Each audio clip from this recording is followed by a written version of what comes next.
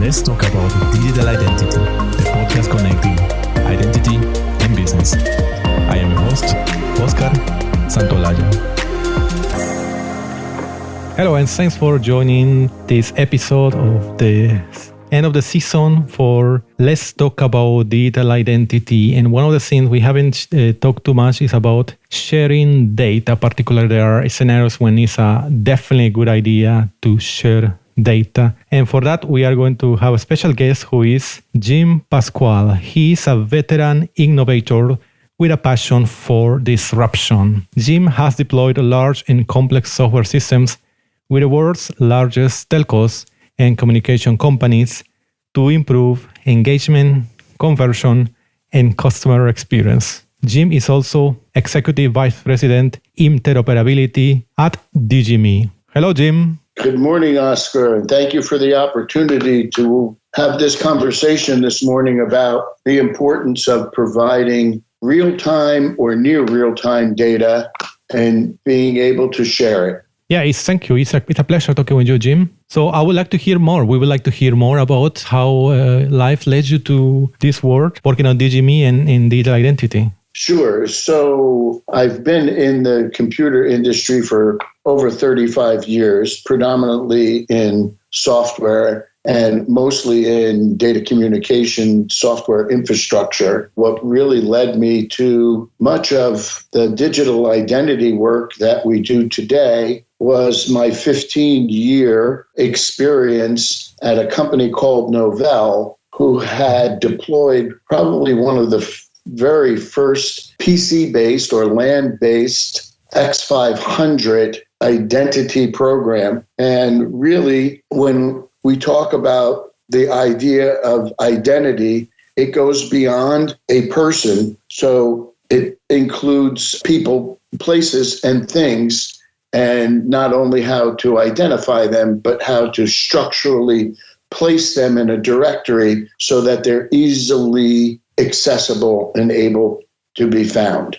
Excellent. So from that time on, Novell, you were working already on the very early days of identity as we know it today. We have been discussing because we have been collaborating for a couple of years at least in Kantara initiative in the work group related to information sharing. So we know that today in this fast-paced digital world we are living, there is a lot of what is called the digital exhausts. Everywhere, everything we do, some data is leaking. Well, we are letting some data, personal data go. And of course, some companies are taking that advantage.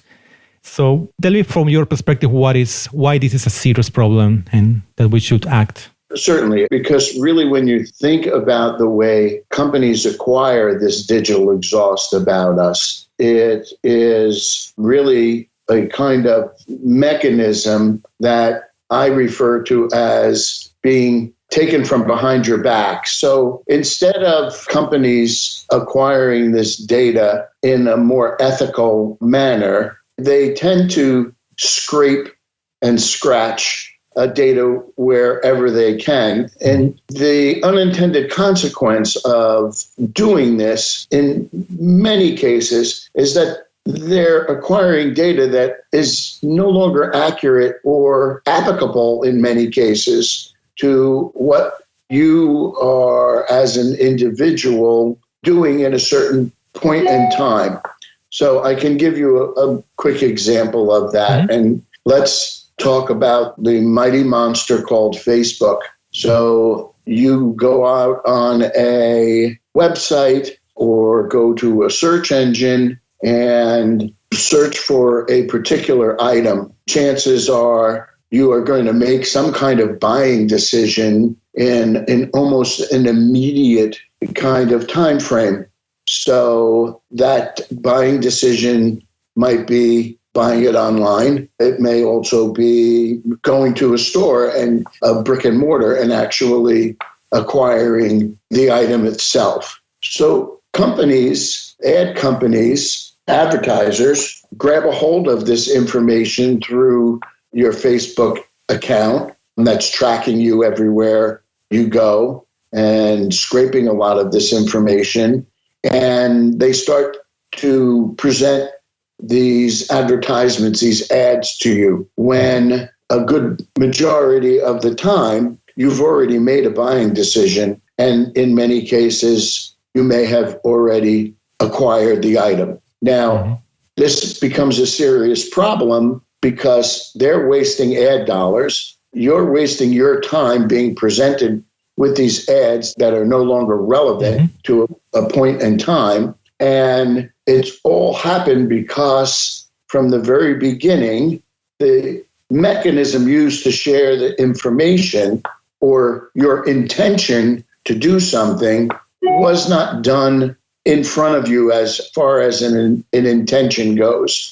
And so one of the ways that we could act upon this is if we had mechanisms that understood what our intentions are or what they might look like as far as what we would like to have. I know that although I'm not one would call a Facebook power user, I'm constantly clicking on ads and saying that the ad is no longer relevant because I've already purchased the product. And so to me, that's a lose-lose. And the only one that really wins is the social network that their little cash register made a few pennies here or there for basically presenting an advertiser with stale data. Yeah. You have illustrated pretty well this problem. Of companies extracting too much information, and especially information that becomes irrelevant. It doesn't help either of the ways, neither the company, neither the individual. Absolutely, Oscar. And the other unintended consequence in many cases is all of these little components allow other companies then to start to build a profile around the individual. And many times that information is not correct. So as an example, I may be looking for a birthday present for a close friend who has a hobby that I don't share the same interest with, but yet after someone's gone ahead and put all of that information together, I start to receive all of this advertising around something, let's use fishing as an example, that is not necessarily a hobby of mine, because my hobby happens to be racing cars or exotic cars or things of that nature.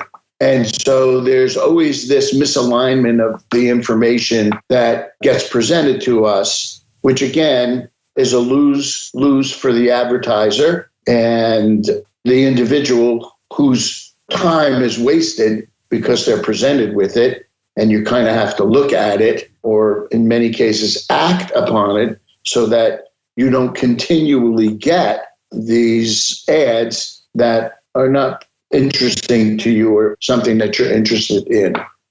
We are clear that in those cases, the individuals don't really want to share that data. It's more or less they are forced to do it. But there are cases in which it makes more sense for the benefit of the individuals and from the society, in which an individual should share some information with some service providers. So what are the good reasons when information shared is it's a good reason? Well, the most important reason is doing it through consent. That's for starters. Consenting up front to some general terms of what a service provider might actually be asking for. When we use the term service provider, it's a very broad kind of term. That could be an advertiser, that could be a manufacturer, that could be a actual provider of your actual internet connection in many cases.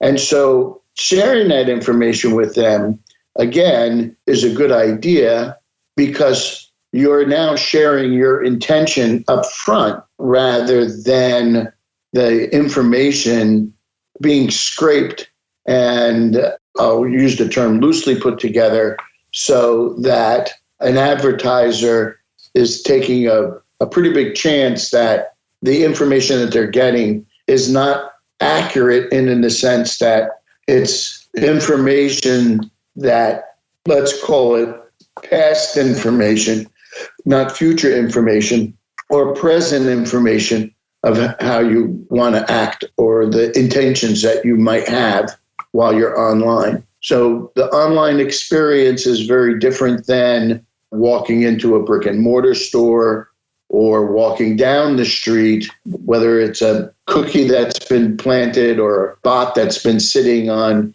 your mobile device, tracking your location to try and coerce you into purchasing something you had no intention from the very beginning of having. So again, ads become very nuisance oriented and a nuisance on your phone or your mobile device when in fact the location-based advertising really becomes quite annoying because once again, you might be walking from point A to point B and you're not necessarily interested in any of the local advertising that might being offered by different companies. What are the solutions for all these problems? Well, you don't know where that location information is being shared. And so, again, there can be serious and significant consequences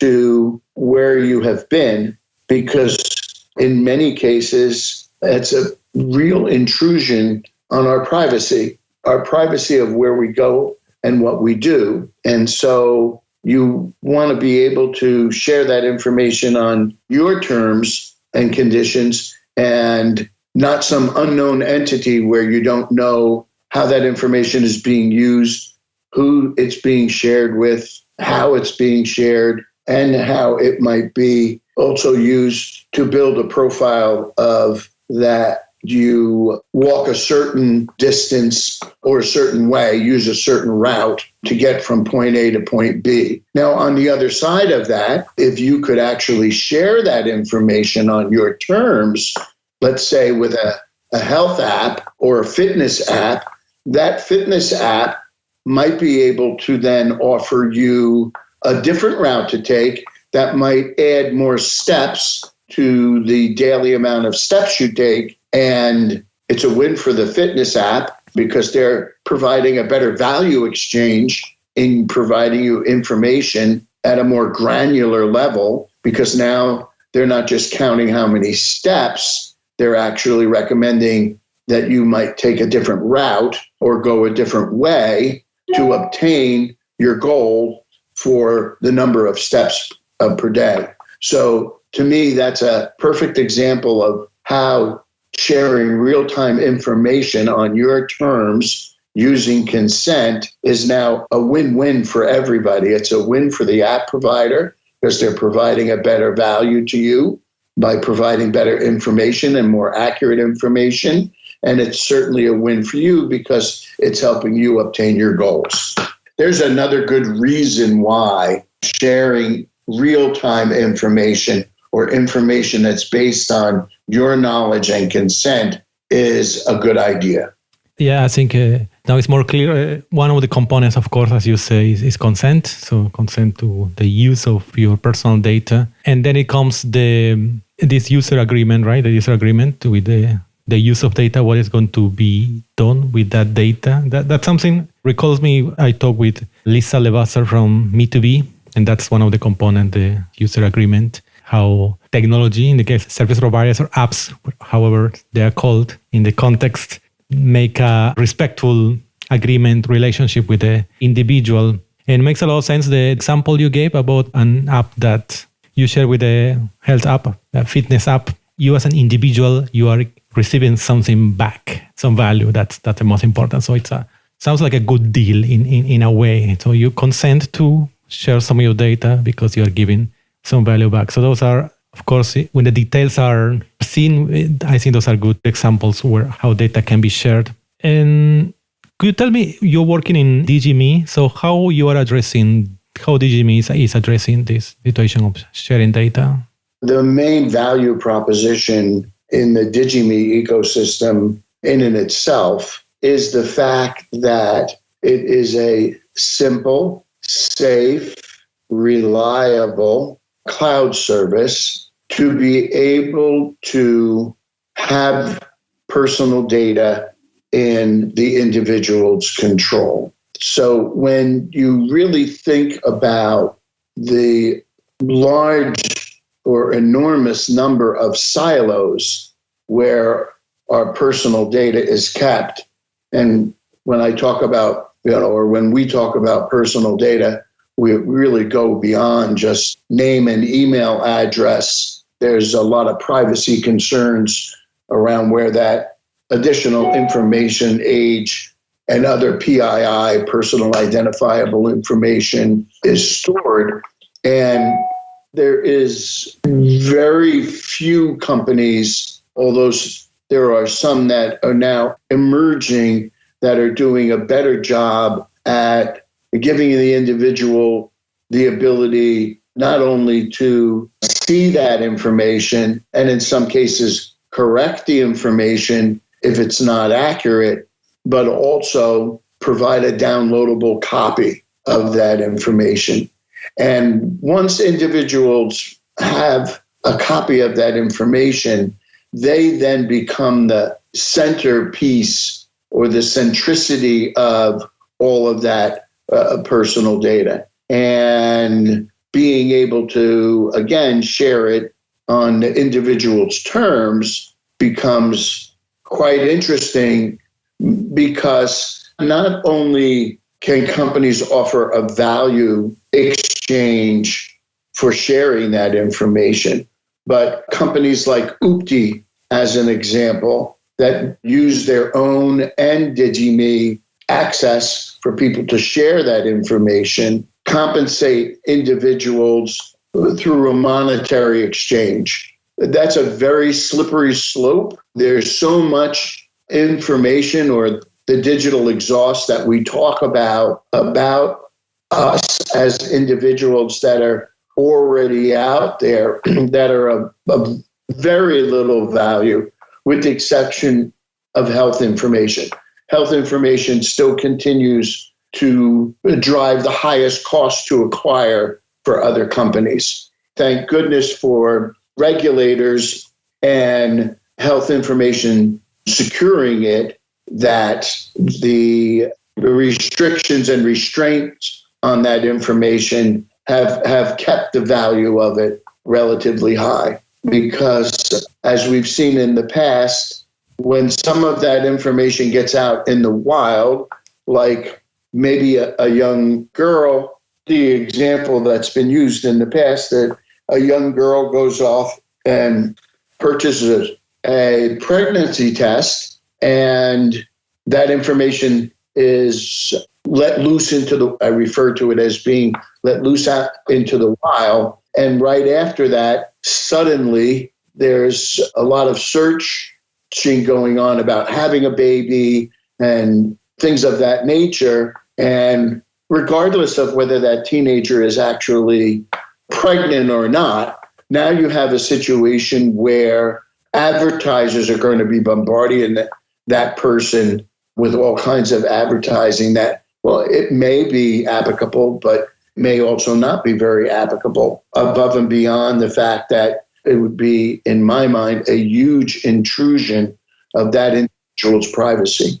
So this whole idea of monetarily compensating individuals because there's so much information that's out in the wild already about us, that digital exhaust that we talk about all the time, that we tend to, including in Kantara and the Kantara Initiative, really talk about information sharing based on some kind of value exchange. And so it doesn't necessarily always have to be some type of payment in some monetary form, which today, again, because there's no control, there's no centricity from the individual out, doesn't have an awful lot of value. Now, I think as more and more people become savvy and more knowledgeable about personal information, and there are more companies offering ways for individuals to safely and securely not only acquire all that information, but then be able to share it on their terms, will we see the value of that data increase, and potentially some companies provide more of a monetary compensation, which is something that Oopti is trying to do. They're a small startup company out of LA in California. And several years ago, they were very focused on a universal basic income and being able to provide a universal basic income based on the sharing of personal information. But as you can imagine, like many other startups that are in this area, it is a struggle. And it's a struggle because much of the data is still locked up in big enterprise silos and not very accessible. Although with things like the GDPR and some of the legislation now that's starting to come through in North America, like the California Consumer Protection Act, there's also some legislation around privacy and data sharing that's going through the state of New York, Illinois. The states are finally starting to recognize that there is a reason to provide regulations to protect their citizens and the residents of those different states, because the information abuse has gotten really out of control. So it's a hard problem to solve. It's not an easy problem to solve. And it's not going to happen overnight. And it's going to require individuals to become more cognizant, more aware, and certainly more sensitive of all the information that is spewed out and then kind of acquired by these unknown entities. And a perfect example of some of the companies now that have awakened to providing better privacy are some of the recent announcements by Apple, and even some of the announcements that Google has made around the whole idea of protecting personal identifiable information, or PII, and personal data, and not sharing it without the individual's knowledge. Again, in the cyber world, or in the world of the internet, it's much more challenging to do because of the IP protocol being used to provide solutions that it was really never designed to use. So we tend to bolt on all this additional software and provide these additional features that have lots of backdoors in them, and savvy companies have figured out ways to get around those additional security capabilities in many ways. To me, again, that would also be another example of why placing the power of the individual having control over their personal data becomes a strong value proposition, not only for the individual, but for companies that are interested in having a conversation and understanding the intentions of what an individual might be interested in or have a desire for, as far as purchasing or acquiring either a better solution or an actual physical product. Yeah, it's the way you have summarized this problem, as you said, is complex, and it's going to take years to be completely solved. But also, as you mentioned, like Apple, Google already are taking steps into the right direction. You also mentioned this. Some companies who are doing, sounds quite interesting, business models, such as doing some way of monetizing the data sharing and creating this universal basic income. That's quite ambitious.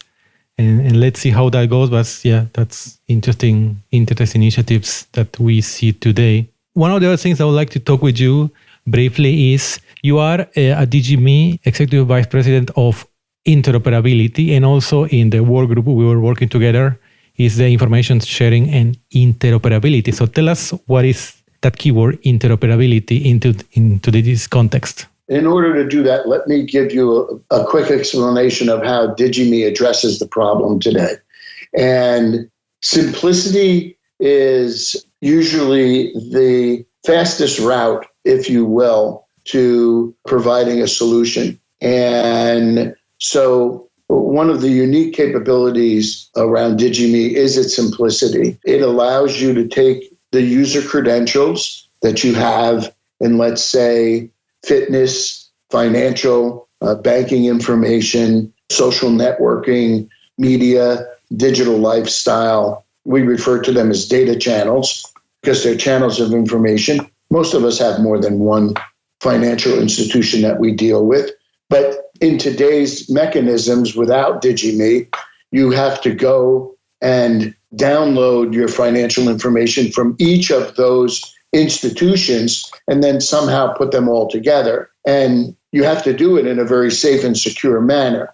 And so that's what DigiMe really addresses. It allows you to go off and collect all that information in a secure, encrypted manner from the time the APIs that are offered, those are application program interfaces that are offered to set up a secure communication, an encrypted communication channel to download that information and then keep it in a cloud source like Dropbox or OneDrive or a Google Drive as an example, where all of this information is placed in a syntax and an ontology that makes it highly accessible as long as the encryption or the permission, the consent has been granted by the individual to share that information. So applications can actually be developed where they are either run in a continuous basis,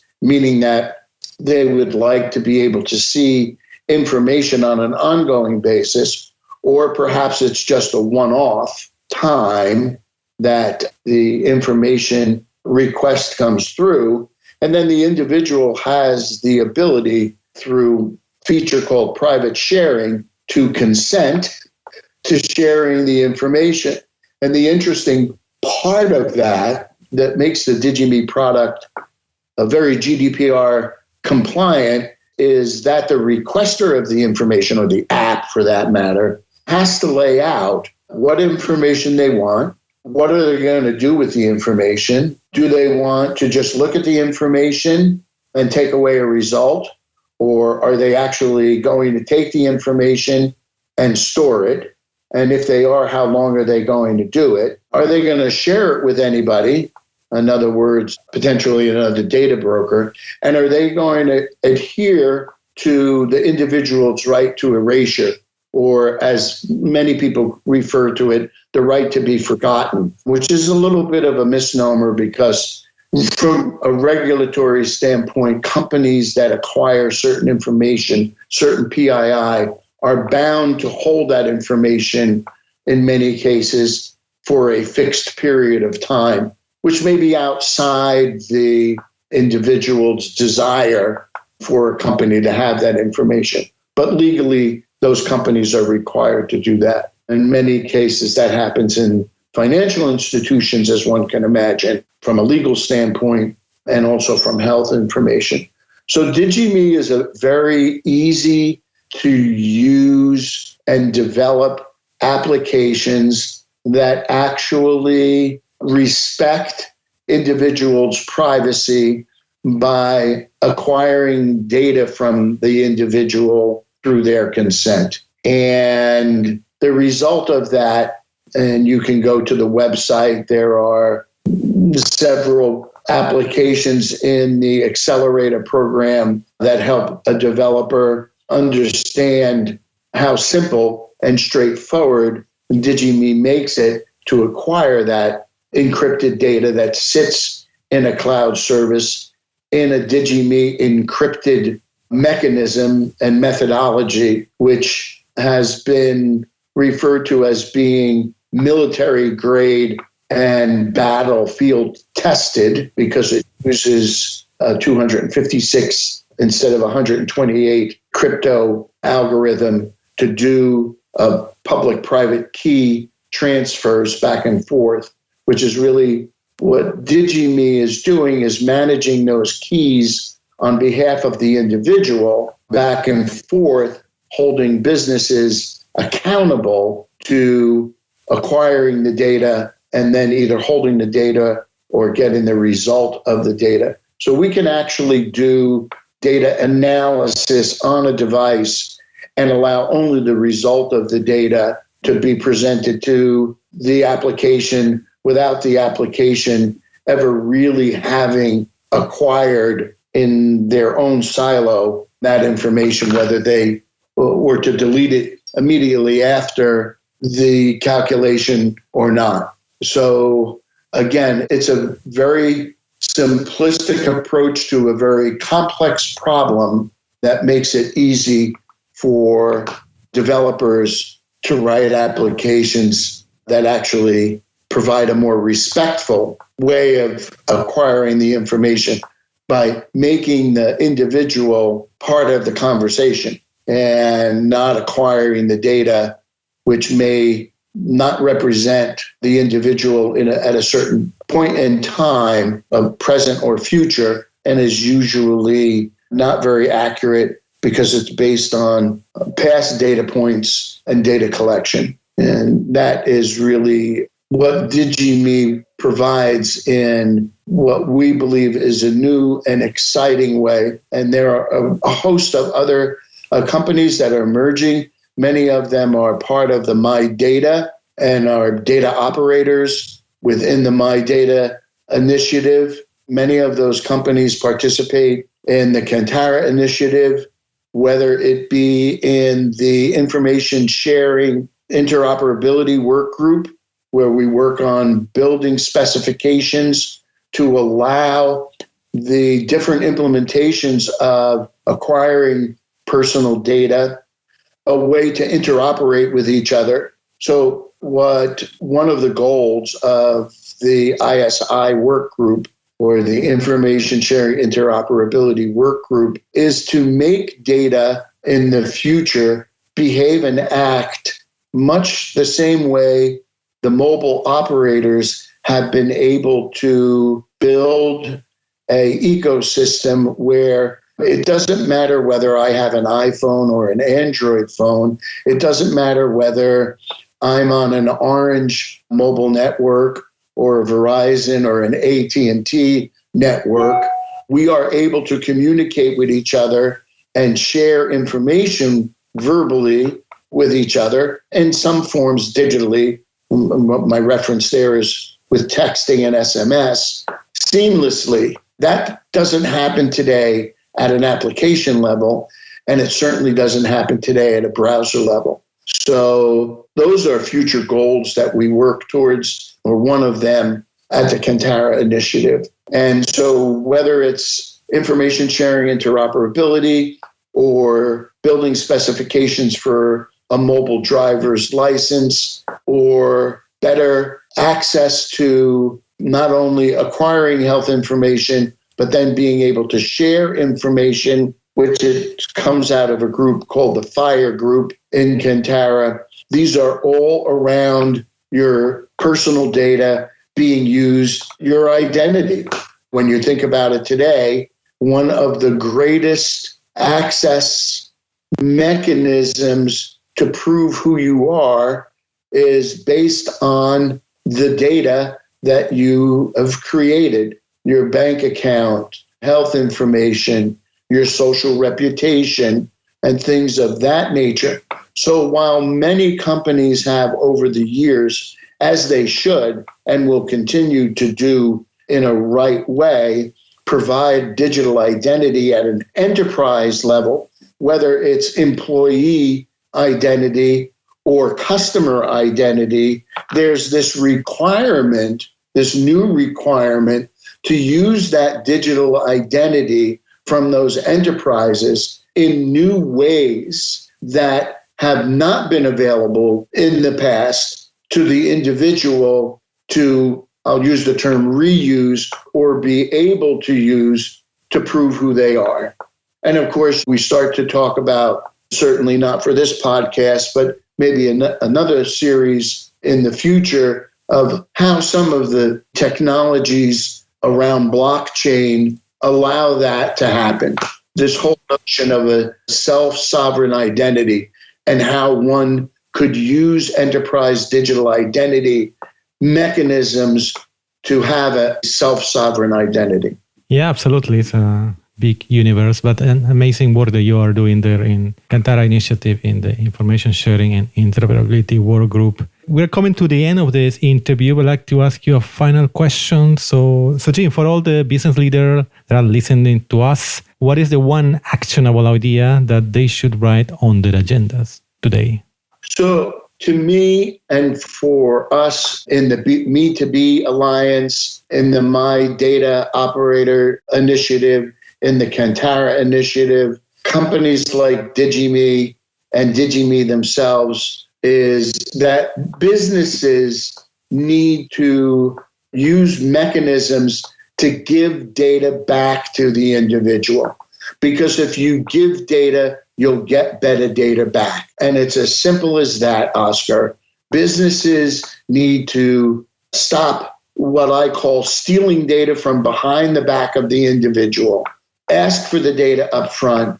I would suspect that the majority of the time, individuals are very willing to share a lot of data, sometimes too much data. When you think about some of these social media games, people have no idea that when they play these games that require them to put in their birthday to find out, I don't know, where they're going to retire or when they're going to retire or some futuristic kind of thing, that company that wrote that application on that social network is acquiring a vast amount of information around that individual. And more than likely, placing some kind of mechanism in place that's going to track that individual anytime they're on that social media platform. So again, businesses need to begin to change their behavior in the way they treat individuals, whether they be a consumer or a customer. And to me, that's the greatest thing and the most important actionable item that businesses could take today to start to change the way the internet is used. When you look at the history of the internet was built for the people, and big enterprise companies and social media platforms more or less hijacked the internet along the way. And one of the ways they did it way back in 1994, as many of us remember, good, bad, or indifferent, was from the invention of the cookie. And as we all know today, more and more institutions are going cookie-less, and the cookie is finally going away.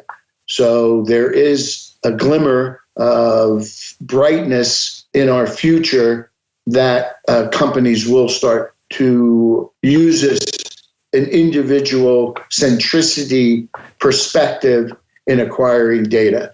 Thanks a lot, Jim, for this. Please let us know how people can get in touch with you. Sure. The easiest way is through LinkedIn. I'm an open networker on LinkedIn, and you can look me up as James Pasquale on LinkedIn if you search. I'm also listed at DigiMe. I'm listed on the Me2B Alliance and the Kantara Initiative. And if anybody wants to contact me directly, they can do so through my Gmail account, which is simply Jim Pasquale, all one word, spelled JIMPASQUALE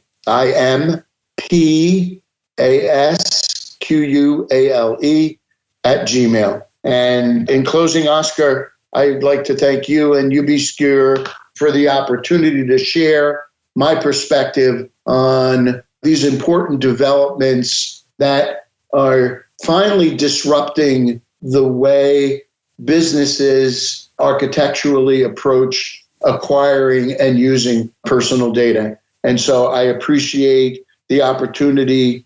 I appreciate your time. And of course, I appreciate all of our listeners on this morning's podcast for their time. Thank you.